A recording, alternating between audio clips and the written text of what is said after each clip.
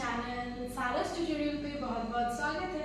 आज मैं आप लोगों के लिए एक नया टॉपिक लेकर के आई हूँ जिसका नाम है एनवायरनमेंट एंड एनवायरमेंटल प्रॉब्लम्स। ठीक है, ये हमारे क्लास 10 का ज्योग्राफी का चैप्टर है। इस वीडियो में हम इस चैप्टर से रिलेटेड जो भी इम्पॉर्टेंट पॉइंट्स है उसको समझेंगे। चैप्टर में क्या क्या आप लोगों को पढ़ना है और किस तरीके से आपको पढ़ना है ये भी जानेंगे।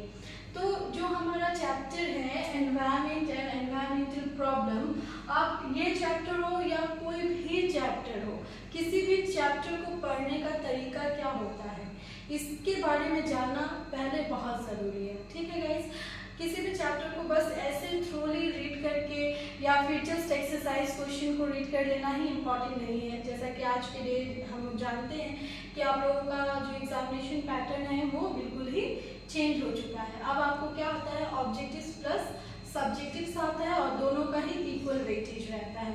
तो ऑब्जेक्टिव आप जस्ट एक्सरसाइज का ऑब्जेक्टिव पढ़ के जाओगे तो डेफिनेटली आपको एग्जाम में वो हेल्प नहीं करने वाला है। उसके लिए आपको करना क्या है, उसके लिए आपको किसी भी चैप्टर को एकदम बहुत ही अच्छे से बारीकी से पढ़ना होगा। तो इस चैप्टर में क्या क्या ऐसे की पॉइंट्स है जिसको कवर करने से आपको एग्जाम में बहुत हेल्प होने वाला है। तो पहला है हमारा मीनिंग ऑफ एनवायरनमेंट। एनवायरनमेंट का मीनिंग, एनवायरनमेंट होता क्या है ये आपको पहले जानना है। ठीक, उसके बाद जो एलिमेंट्स है, elements of environment. As we know elements क्या होते हैं, बायोटिक एंड अबायोटिक। ठीक है, तो इन दो एलिमेंट्स के बारे में आपको डिटेल में समझना होगा। फिर है हमारा measure of spheres of the earth. ठीक है, मेजर ऑफ स्फीयर्स क्या क्या है, जैसे लिथोस्फीयर हो गया, बायोस्फीयर हो गया, एटमॉस्फेयर हो गया, इन सब के बारे में आपको अच्छे से समझना है। नेक्स्ट है हमारा environmental problem. Okay, environmental problem में आपको क्या समझना है कि जो हमारा एनवायरनमेंट है उसमें किस टाइप के प्रॉब्लम्स अराइज हो रहे हैं। पॉल्यूशन बढ़ रहा है, चाहे वो लैंड हो या एयर पॉल्यूशन हो, वाटर पॉल्यूशन हो, किस लिए वो पॉल्यूशन हो रहे हैं। ठीक है, उसके बारे में समझना है। फिर क्या है, फिफ्थ नंबर डिसर्टिफिकेशन। ठीक है, डिसर्टिफिकेशन अभी जो करंट सिनेरियो है ये बहुत बड़ा इशू हो चुका है। जो फर्टिलाइज लैंड है वो क्यों डिसर्टिफिकेशन की तरफ जा रहा है। ठीक है, तो इसके बारे में समझने की ज़रूरत है। फिर 6 नंबर पॉइंट है हमारा ग्लोबल वार्मिंग। तो ये वर्ल्ड वाइड हमारा प्रॉब्लम है, पूरी दुनिया के लिए ये प्रॉब्लम है, तो इसके बारे में समझना है। तो ये जो चैप्टर है इसमें अगर आप इन सारी की पॉइंट्स को डिटेल से समझ लेते हो, सब अच्छे से पढ़ लेते हो, चाहे बुक हो या बुक के अदर सोर्सेज से भी आप इन सारे टॉपिक को अच्छे से कवर कर लेते हो, तो आपको ऑब्जेक्टिव क्वेश्चंस हो या सब्जेक्टिव क्वेश्चंस हो, दोनों में प्रॉब्लम नहीं फेस करना होगा। ठीक है, तो इस वीडियो में हम पहले समझेंगे मीनिंग ऑफ एनवायरनमेंट। एनवायरनमेंट का मीनिंग क्या होता है, तो चलिए देखते हैं मीनिंग ऑफ एनवायरनमेंट। ठीक है, जैसा कि हमने सारे की पॉइंट्स को देख लिया है, तो पहला जो हमारा टॉपिक रहने वाला है वो है मीनिंग ऑफ एनवायरनमेंट। तो एनवायरनमेंट कहने से आप लोगों को समझ में आता ही है कि हमारे आसपास की जो भी चीज़ें हैं वही हमारा क्या है, एनवायरनमेंट। हमारे आसपास में जो भी चीज़ मौजूद है, चाहे वो लाइफ जीने के लिए जो भी, सर्वाइवल के लिए जो भी चीज़ें हैं हमारे आसपास, उसे ही एनवायरनमेंट कहते हैं इन नॉर्मल सेंस। अगर किताबी लैंग्वेज में हम लोग देखें तो the condition of an organism or a community of organism is referred to as the environment in a broad sense।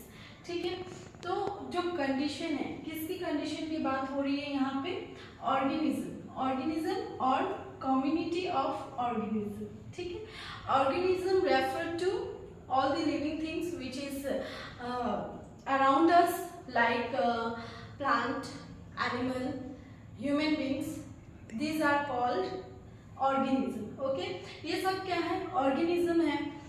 और इनकी ये जो ऑर्गेनिज्म है, इनकी जो स्थिति, उसे ही हम लोग, हमारे आसपास ये सारी चीज़ें मौजूद रहती है, इसे ही एनवायरनमेंट कहते हैं। ठीक है, आगे बढ़ते हैं। All of the elements required for survival are present in such a condition, ठीक है। और सर्वाइवल के लिए जो भी एलिमेंट हमें रिक्वायर्ड है, ठीक है, वो सारे ही एनवायरनमेंट में अवेलेबल रहते हैं, ठीक है। अब जैसे कि हमें सर्वाइवल के लिए क्या चाहिए, फूड, ओके, हमें एनवायरनमेंट से मिलता है, वाटर हमें एनवायरनमेंट से मिलता है, रहने के लिए हमें लैंड चाहिए, ठीक है, वो भी हमें कहाँ मिलता है, एनवायरनमेंट से मिलता है।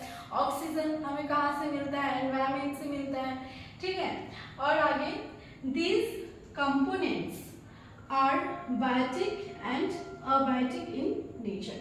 तो जो सर्वाइवल के लिए जो कंपोनेंट्स हमें चाहिए उसे क्या कहते हैं, बायोटिक और अबायोटिक कहते हैं। बायोटिक जो लिविंग थिंग्स होते हैं उनको बायोटिक कहते हैं, और अबायोटिक क्या होता है, जो नॉन लिविंग थिंग्स होते हैं उसे अबायोटिक कहते हैं। सो गाइस, इस वीडियो में ये मीनिंग हमने समझा, एनवायरनमेंट का मीनिंग क्या होता है, ये बहुत ज़रूरी है। चैप्टर का नाम ही क्या है आपका, एनवायरनमेंट। तो पहले तो आपको ये समझना पड़ेगा कि एनवायरनमेंट होता क्या है, ठीक है। तो हमने देख लिया एनवायरनमेंट का मीनिंग। नेक्स्ट वीडियो में हम बाकी का की पॉइंट्स डिटेल में डिस्कस करेंगे, ठीक है। सो इस वीडियो में इतना ही। आई होप आपको ये एक्सप्लेनेशन समझ में आया होगा। अगर कोई डाउट होता है तो प्लीज़ कमेंट सेक्शन में कमेंट कीजिएगा, और मेरा ये वीडियो आपको कैसा लगा प्लीज़ मुझे बताइएगा, और लाइक शेयर एंड सब्सक्राइब ज़रूर कीजिएगा। तब तक के लिए बाय, टेक केयर।